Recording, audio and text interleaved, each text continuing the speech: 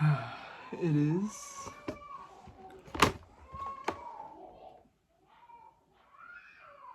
24th of June, 8:04 p.m. I don't know if you can hear the background, but yeah, I'm paying $7.25. Not much privacy, no written contract, and now I get a baby crying because the daughter of the landlord wanted to visit all of a sudden, and I had no say. They say I could just leave, which I would if I want to, but housing crisis, you know. I've searched for a place for months, I couldn't. Now that I'm leaving soon, it's just not really a viable option for me to move. It's really unfortunate. But anyways, I'm not here to really complain about what's happening in the background. I want to talk about something else more interesting, which was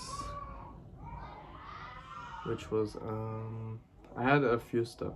I'll start off with I'm still kind of thinking about Deleuze. I haven't actually read any of his literature, or Deleuze and Guattari.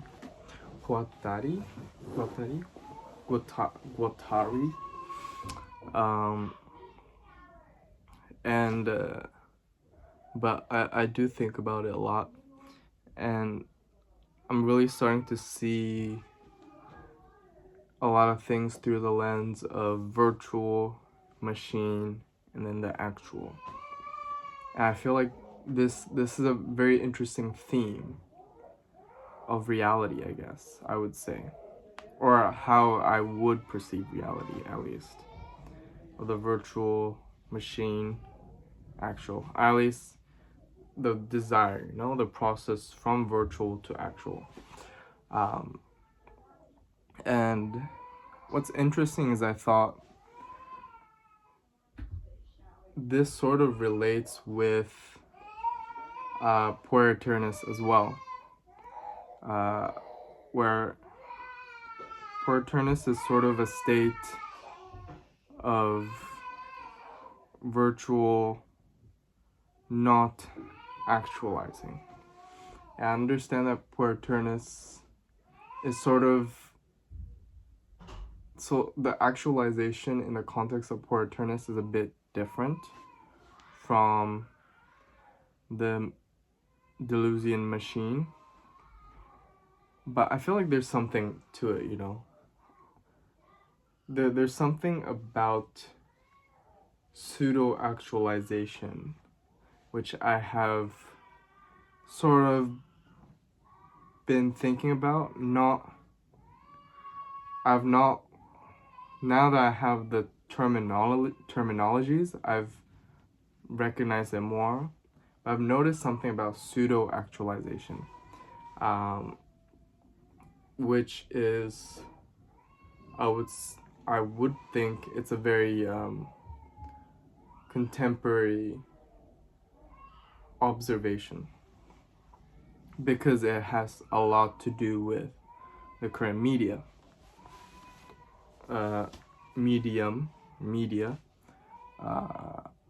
which is the internet, social media. And what I mean by this is, one thing is that I've heard, I don't know how true this is, but I've heard that we're in a generation with a lot of Puer Aeterni. And I think that has to do with the idea of accessibility of pseudo-actualization. And what do I mean by this? Where now I like to tie things back to my media philosophy knowledge. So, I mean, I'm already talking about media, but then it comes back to simulation, simulacra, about hyperreality. The with social media, like YouTube, internet, we're able to access a lot of knowledge, and also in such a visually vivid way that we get to sort of experience what's on the screen without actually physically experiencing it. This comes in the form of parasocialism, or basically vicariousness. I think that's the main term here, vicariousness. That we get to experience success, being rich, producing something creative, being smart, having fun, socializing, all of this vicariously. But vicariously meaning someone else is doing all that, and we are a voyeurist behind this screen, and we haven't really experienced it, but we gain this sort of satisfaction akin to actually experiencing it. And so what happens is we don't have as much motivation to actualize it because it's so easily accessible. It's so high quality of an experience, high quality of an actualization, that we lose the desire. I understand now I'm talking desire in a Lacanian sense. Although I'm gonna see, I'm not like fully Deleuzian. I'm going back and forth, mixing a lot of stuff here, so maybe this whole thing doesn't really make sense. But when I talk about desire in this context, I'm talking more in the Lacanian sense, because I'm also thinking biologically. You can also really put this in the context of dopamine, our reward-seeking behavior,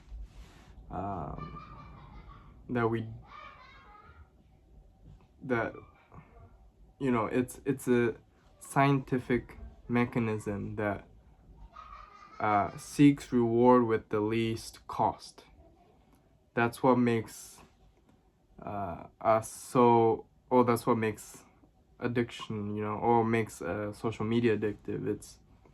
It provides almost like an unexpected reward for a very little cost. And that's the reward comes from the pseudo-actualization. And the problem is when we try to actualize. Well, one, there's less desire to actually actualize, And then when we try to actualize, there's so much more cost in doing that. You need to actually put effort. You have to go through failure. You have to understand that it takes time. These are so many layers of inefficiencies that it's just much easier to stay within the bubble of pseudo-actualization. I feel that's an issue that's happening right now, And I feel I almost feel like that is a really recent phenomenon, or a phenomenon that has really popularized recently through COVID, when we had to be confined. And our form of experience became primarily through the screen. Well, the thing is, ironically, for me, I was one of those assholes who were still going out. Although I would say I'm not someone who was going out often to begin with. I feel like I was going out around the same amount, a little less. I was still going out. And I also didn't catch COVID or at least I didn't experience a symptom um, until like the pandemic was over. Um, I always usually meet one person or a small. I'm not gonna excuse myself. I don't think it was the best behavior, but you know, it is what it is. But then at the same time, I would say I was still a lot of times confined within enclosed doors, or at least I've always kind of been like that. And during COVID, the internet sort of provided new ways to further perpetuate self-confinement, perpetuate or further entice self-confinement. And that's the vicariousness, the pseudo-actualization. And I feel like I've really seen that recently in myself, and I would assume a lot of other people.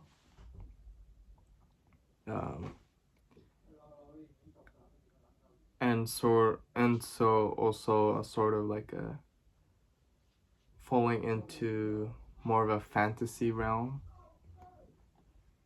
or the actualization is too grandiose. Yeah, I think that's the thing I want to talk about. And then, I mean, I guess the solution, right? Or is it even a problem to begin with? Because this also kind of ties into my homo contentus, although I kind of forgot the full concept. Maybe eventually I have to get back to it. I want to also revisit, develop it better. But essentially, homo contentus was about moving from our economic way of thinking, from a rational financial person, financial world, or financial being, to an irrational reward-seeking being. That's the contentus. It's content.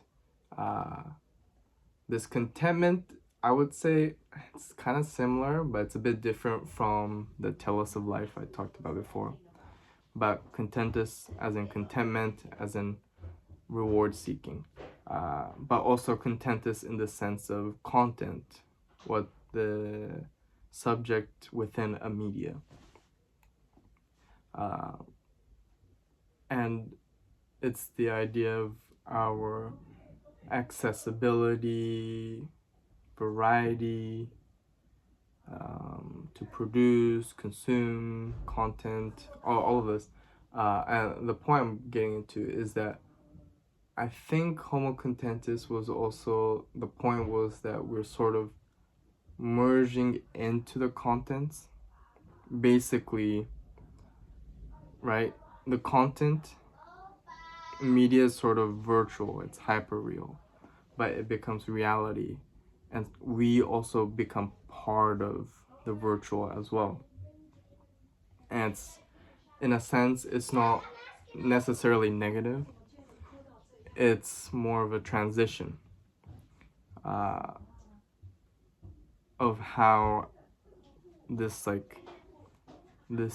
technological genealogy, we're at this state of transitioning into more of a virtual being, quite literally, like sci-fi, that we would spend more time in this virtual space to the point that we are living, our life is within like a simulation, almost like Matrix or Summer Wars, stuff like that.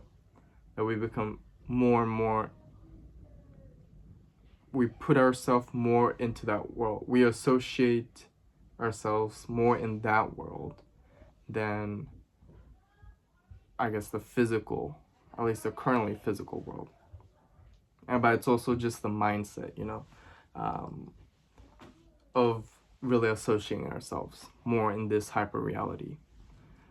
Because also the distinction of hyperreality has always been ambiguous from my perspective. That it's not that reality itself has always been hyperreal because we can never really access the real. But more so with these new media, we're getting more layers of hyperreality, a copy of a copy of a copy of a copy, and it's so effective as well. And the point I'm making right now is just that this phenomenon I've observed, maybe it's more subjective, but I would assume with other people too, of this pseudo-actualization, it could simply be a symptom of this evolution we're seeing, of evolution into Homo contentus, that we're becoming more virtual, more engulfed in the virtual. That what we call experience resembles more in this less tangible world than this tangible, tactile world. So it could just be that, which you could still argue it's kind of bad, but maybe it's just the way it is, that it's better to adapt, or at least there wouldn't be much adapting as it gets normalized. But of course it could be negative, and in a sense I do see it as negative because there is, at least myself, there's a fundamental aspect that these virtual, vicarious, parasocialism, pseudo-actualization, these don't seem real. At least my mind, either cultural, biological, and biologically responding, culturally or biologically responding, it does recognize that these experiences are not real enough. Maybe that's a better term. Not just not real, but more so not real enough. The pseudo-actualizations, although it is a form of actualization, is not real enough. And so, but then the alternative to actualize in the realm of something that's real enough is very much more challenging, or at least mentally, because of how inefficient it is. And it's a problem in that sense. And the solution, I think, really is to just try to detach from the virtual, or at least play with the virtual, but sort of recognize the virtual as an object in the tangible, rather than dichotomizing the tangible versus the virtual, which I'm kind of doing. And I think a lot of people already recognize that the virtual is a tangible object within the tangible, if that makes sense. Yeah. So that's kind of what I want to talk about. I want to talk about something else as well, since kind of a short entry. But I'm thinking, oh god, the title of this one's gonna be long. But another thing I wanted to talk about was the philosophy behind attaining news through memes. I thought that was really interesting. I didn't think about this too much, although it popped in my head. I was like, oh, because I was listening to something about metaphors, I think. Not Postman's metaphor, although probably related. I listened to a little bit about this metaphor. I can't remember the philosopher, but very modern. And basically the philosopher's point was that from our day-to-day, we do use metaphor, which is not just metaphor in the sense of, um, I don't know, what would be a good example? Uh, a body is a machine, I guess. Uh, yeah, okay. Something like that. But it's not just that. It's just basically metaphors as in a broader sense of explaining one thing in another way.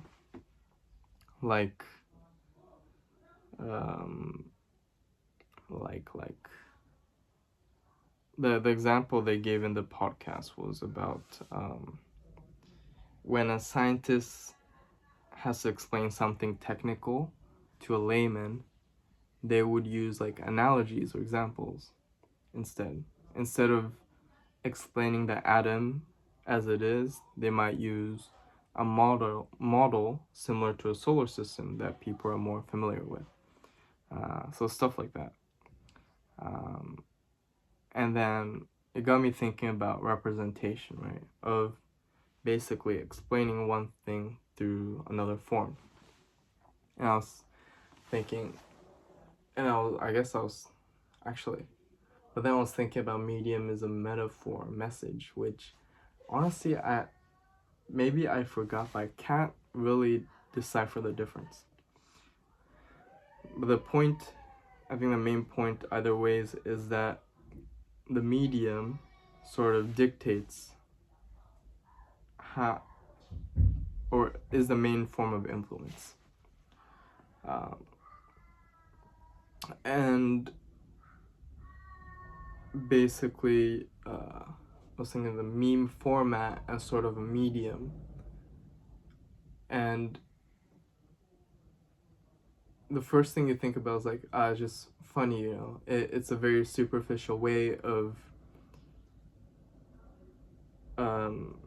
attaining news of the real world.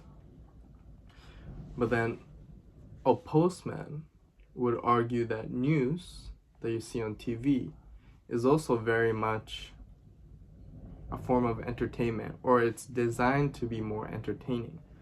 So although news is supposed to be where you understand what's happening in the world, what actually happens is news, or the news is presented, or the goal of the news basically becomes about viewership, entertainment. So it would pick up stuff that would garner views, like something big like war, you know, and murder and death, instead of something else that's probably more boring, like, oh, this guy went on a train today, no one cares. Something big, something shocking, horrible, sad. I think a lot of stuff that are negative, triggering negative emotions tend to attain more views, I would say. So it's really a form of entertainment as well that I guess today's people would call more of the real news. Although I would also say that in this day and age, a lot of people are skeptical or cynical about news, TV news, either ways. So then going back to the meme as a news source, the point is, how different is it really? At the end of the day, they're both sort of a form of entertainment, but also what's interesting about meme is that, at least from my understanding, although maybe there's some MK Ultra shit, but from my understanding, a meme is more of a democratized dissemination of information. And so a meme about a news is almost more authentic than news from a TV that's more centralized. That the meme of a news from a meme is based on the popularity, and it has to be humorous, which maybe this is something I can also talk about in the future. But I think this is very intuitive to me right now, but there's something virtuous about humor. there there's some sort of honesty, authenticity that it provides. um, and I think what's also great about attaining news from memes is also the very awareness that news is entertainment. Instead of creating sort of a veneer that TV news is serious, um, the meme sort of accepts it, and it's like a constant reminder to take it with a grain of salt, which I feel is much better. And also, coming from a nobody, you can't uh, find the original author. It makes it also seem like they have less incentive to deceive. Although, okay, counter argument, definitely not true. Just like news, memes would be more be also deceptive in a way so that it could be funny or be more entertaining. And of course, a big point here is that you could say a meme is also just derived from TV news. Because at the end of the day, how is someone really attaining information from the world to create a news meme? And where do people get the same sort of information to actually understand or find that meme news entertaining?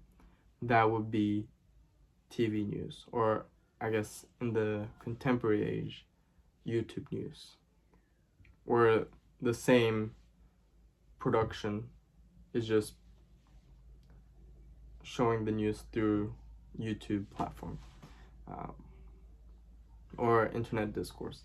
I don't know. Yeah. It's just something interesting to talk about. I think I like to consider these like kind of stuff that people take lightly and actually try to think what is going on, And memes, I feel like there's a lot more you can talk about, but I'll put it there. That yeah, and it's a new form for people to connect. Is this tool of the global village. There's something wholesome in a sense. It connects us in a different way from simply watching a news. And I guess it's sort of cold media, but it's also hot media, because someone has to create it first. Some local individual creates it first. And then dissemination, although it's still kind of an active action, You choose to share.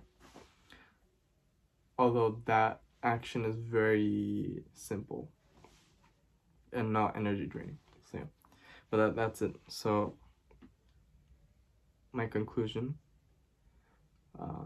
First of all, something about my housing situation that I've just given up. The more I think about it, the more insane I'm gonna get. So all I can do is just wait until I leave the country. I think this is one of the major reasons I'm leaving the country. It's just I fought and fought, and now I'm talking about something else. But I'll talk about the situation again later. And then the main point is, first of all, pseudo-actualization. Pseudo-actualization in the context of also Spinoza, right? But Deleuze, of how you go from the virtual, which is almost like a potential state, through, and then you go through a machine, which is some sort of entity that can move something from virtual to actual, which is the sort of the formed, actualized version of the virtual, like when the virtual becomes tangible, basically.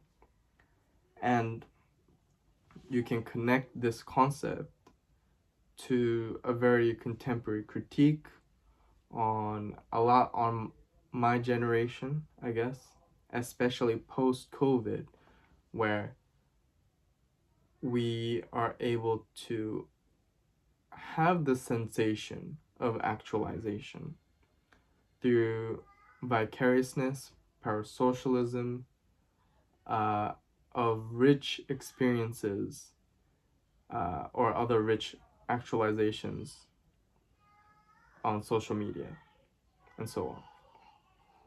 And so what the issue is, we never actualize ourselves, and we find it ever more difficult to try to actualize in the tangible realm instead of pseudo-actualizing in the virtual. And I feel that in one sense, this could be seen as just a symptom of the transition we're making from going into more virtual society. But at the same time, we are sort of at the precipice, right, of this transition. So I think a lot of us will be ambivalent about this. That on the one hand, we can gain the satisfaction, but on the other hand, we still recognize the pseudo-ness to it. And so it can be a problem, and therefore we need to really, or at least I need to try to put more effort in actualizing in the tangible. And then my other point, completely different, was about, although it's still media philosophy, was also about attaining news through memes. And the point here is that television television news, or I guess news on YouTube, that's still a centralized form of news, is shown as serious. But at the same time, as Postman would argue, they are also a form of entertainment. And so meme news is not that different from television news. It's just that it is more aware that it's a form of entertainment. I actually do want to make an additional point. Just remember that it's not just being self-aware of the entertaining quality of the news, but it also, I think, portrays a sort of cynical view on the world as a whole, that we're so powerless, all we can do is joke about it. That's how I also recognize meme news. Although this sort of despair is actualized from absorbing all these negativity from centralized news. So there's a lot to think about there. But personally, I do enjoy the sort of democratizedness of this form of news, even though you could still argue that actually it's not really democratized, because this news meme is like a quaternary source that is still referencing a centralized news. So yeah, I think that sums up my point for today.